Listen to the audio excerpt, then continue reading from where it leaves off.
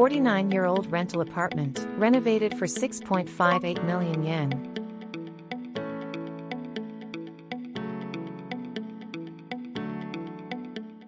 Hi, this is Shinahara. Today, I'm here in a rental apartment in Suginami, Tokyo. The new IMECHEN renovation has just been completed, so I would like to introduce you to the room. This project was handled by IMECHEN Shimokitazawa. So I'll be interviewing Mr. Nishio to hear more about what kind of work was done. Thank you for joining us today. Thank you. Could you give us a brief overview of this property? Yes, it's a rental apartment built in 1949. The room seems quite spacious this time, but how large is it?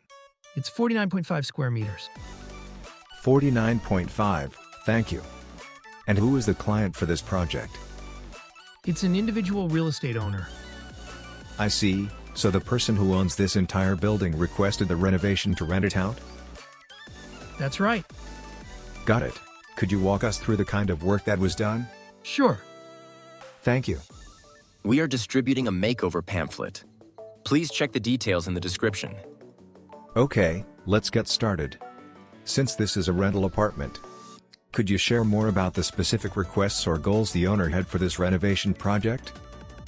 The biggest request was to be able to rent it out at a higher price. It's not exactly area marketing, but we tried to anticipate the kind of tenants who would be likely to rent here, and made proposals to maximize that potential. The location is excellent, right? It's very close to Ifukucho Station here in Suginami. Yes, it's just a short walk from the station. Given the location and features of this apartment, who do you think the main target tenants would be for this property? This neighborhood surprisingly has a lot of single-person households. So the range would likely be from young couples to married couples without children, and even couples with small children. I see. This unit is about 45 square meters, right? What was the original layout like? You can probably tell by looking here, but originally the kitchen was in the back. Behind the curtain area? Yes, that's now a room, but it used to be a 2DK layout. We converted this side entirely into a living room and moved the kitchen to make it a 1LDK. I see, we'll get into more details later. But there was a kitchen space behind the curtains, and were the middle area originally tatami rooms? Yes, that's right. About 6 tatami mats? A bit larger than that. So, there were 2 tatami rooms, making it a 2DK, and now, with this side opened up into a large living room, it became a 1LDK. Exactly. Now, let's take a look at the kitchen. It's got a pretty cute design. Yes, it's one we often use, but we built it with an IKEA kitchen. This might actually be the first time we're introducing an IKEA kitchen IMECHEN videos. Yes, I think so too. Even for the Shimokitazawa store, this is the first time? Yes. IKEA has a lot of different kitchen options, I imagine. What series or product name is this one? This one is from IKEA's Knoxholt series. Knoxholt, got it. And in terms of size, how big is it? It's 1800mm wide. Thank you. So it's a charming little kitchen with cabinet doors. Yes, this part here has cabinet doors, and the rest are drawers like this. Oh, so even under the gas stove you've got drawers. What about the countertop? It's a melamine countertop with a wood grain finish. Nice. The combination of white and wood looks really good. And the sink is cute as well. Yes, it has an over-counter sink. And we installed a 2-burner gas stove and a separate range hood. I see. Since this wasn't originally the kitchen, you must have had to do plumbing work for water supply and drainage, as well as gas piping and duct work for the range hood, right? Exactly. We had to create a new piping route, so we did core drilling from the back here. Connected everything to a new water heater, and set up the entire water system with new pipes. Thank you. So, what other work was done in this living space? The storage was originally a Japanese-style closet, so we removed all the sliding doors. And of course, we painted and added new wallpaper. But since we wanted to make this space more functional on its own, we built a brand new desk area here. So, originally, the right side was a full-width closet. And the left side was a half-width closet, right? And you kept the framework as it was, just removing the sliding doors? Yes, that's right. Is this middle wall something you added? Yes, it's newly added. We installed adjustable shelves in the remaining space next to the desk. I see. So for the right side closet, you removed the middle shelf, built a new desk there, and then added adjustable shelving on this side. That's right. That gives it quite a lot of storage capacity. And since it's a desk, you also installed electrical outlets. Yes, and here, we kept the existing middle shelf as is. I see, the upper part was left as it was, and the side walls were finished with paint. And I see another outlet here as well. Yes. We wanted to paint the top part as well. But if you place something like a synthetic leather bag on it, the paint can stick to it. Oh, I see.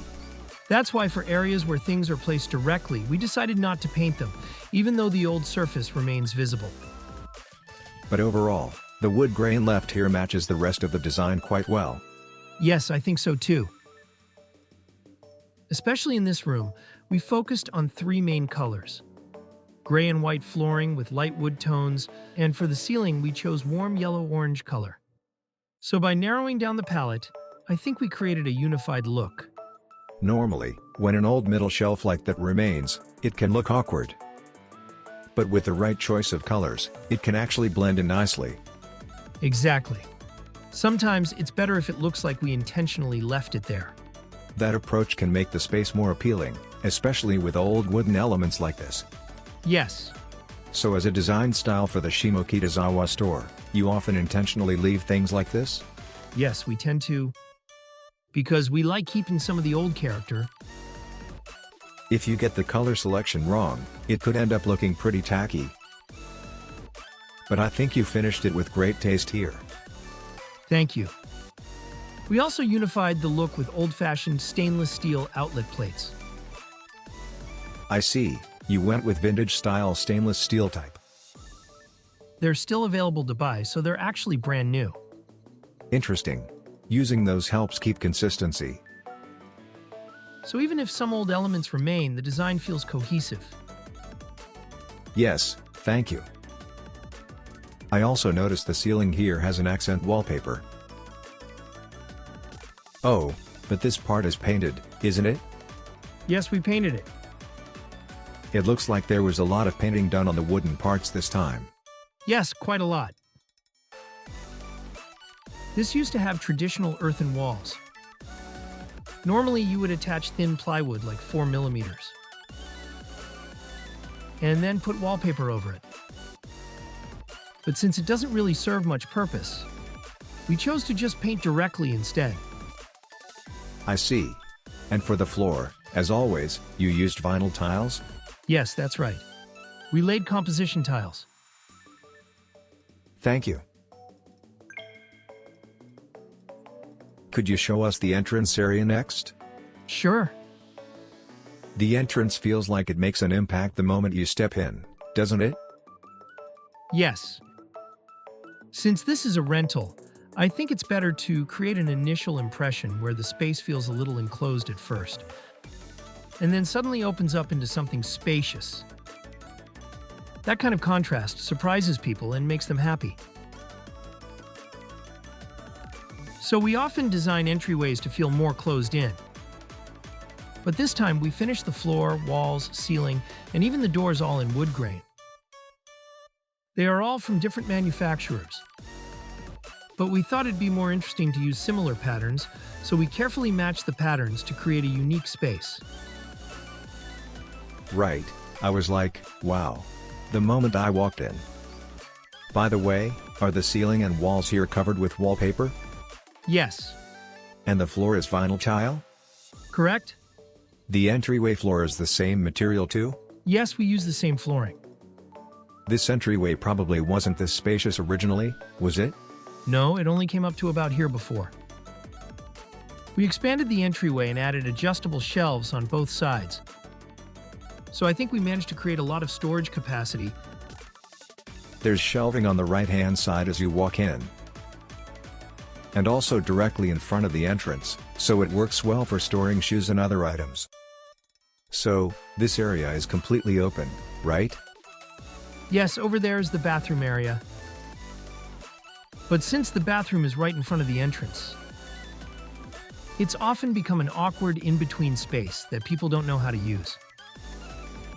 It can end up feeling a bit empty or underutilized. So we added design elements to avoid that empty feeling, and used wood grain here to tie it together. I see. And which manufacturer are these doors from?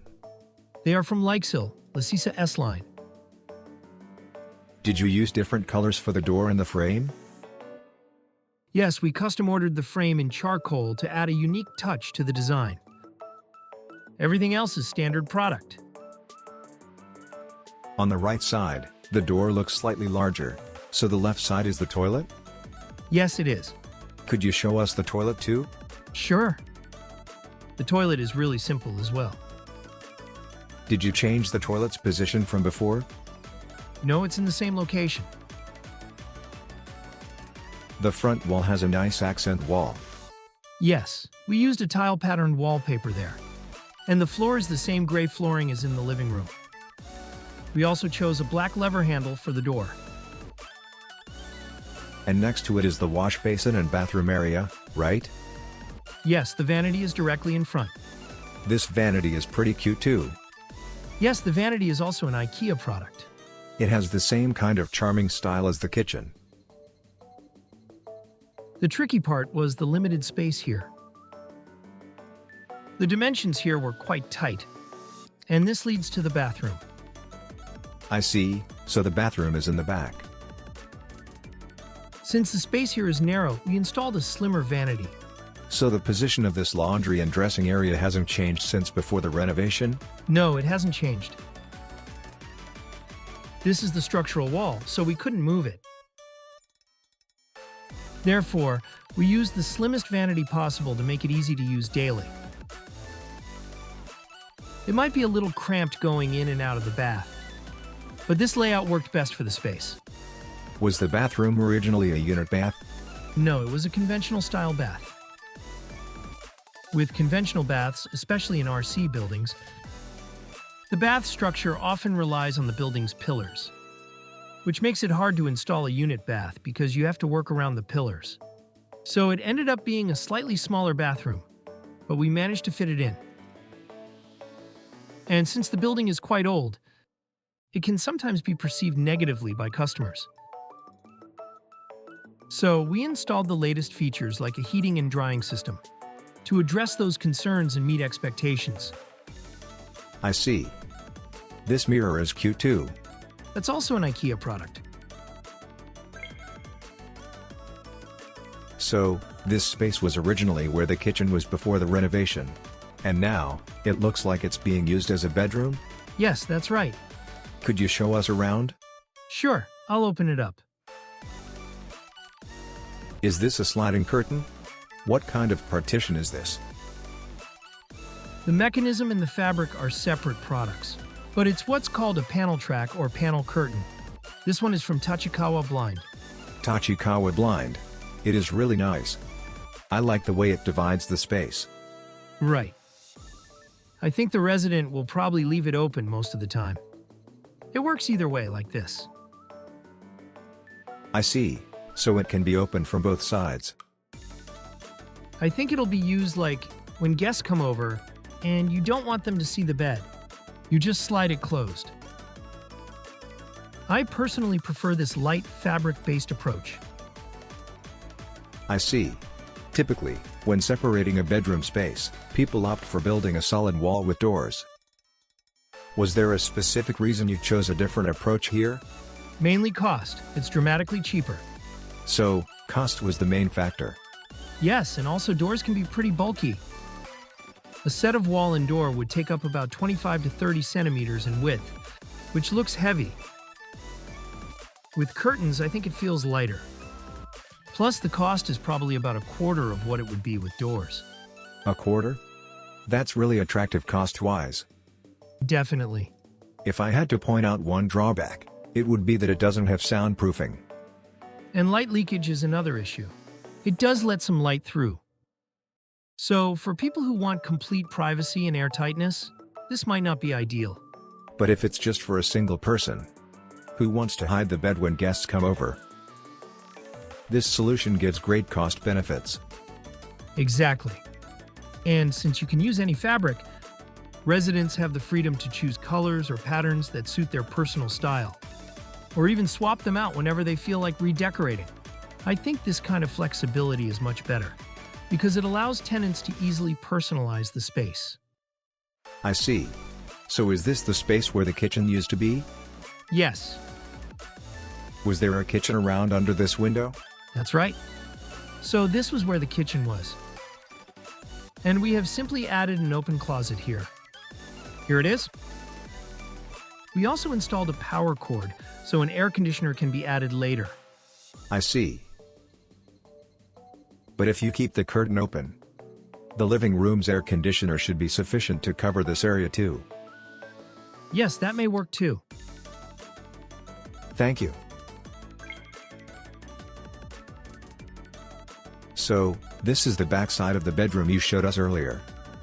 Yes, that's right. This is the bedroom window. And over here is the bathroom window. Since the kitchen was originally here and then relocated, what kind of construction was done? Because the kitchen was here, there was a vent cover for the range hood, which we closed off. Additionally, over here, we installed a new water heater, drilled through this wall, and ran a new exhaust pipe. So now the hot water from this water heater goes to both the bathroom and the kitchen. And the kitchen you showed earlier is around this area, right? Yes, exactly. It's right around this window area. So, the kitchen is located around here. And this window is for the toilet? Yes, there was also a window in the washroom.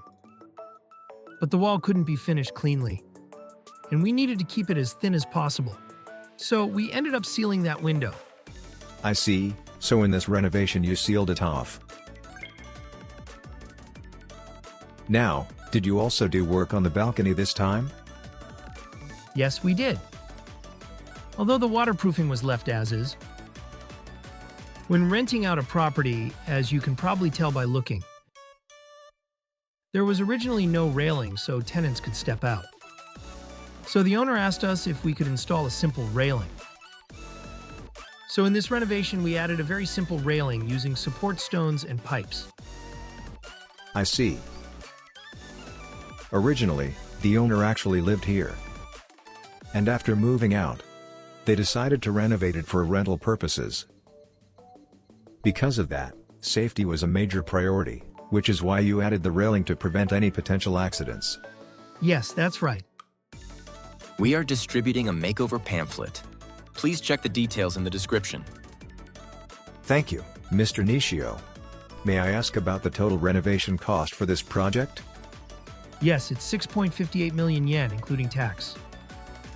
6.58 million yen. Thank you. Since this is a renovation for a rental apartment, what kind of rent are they aiming to charge for this unit?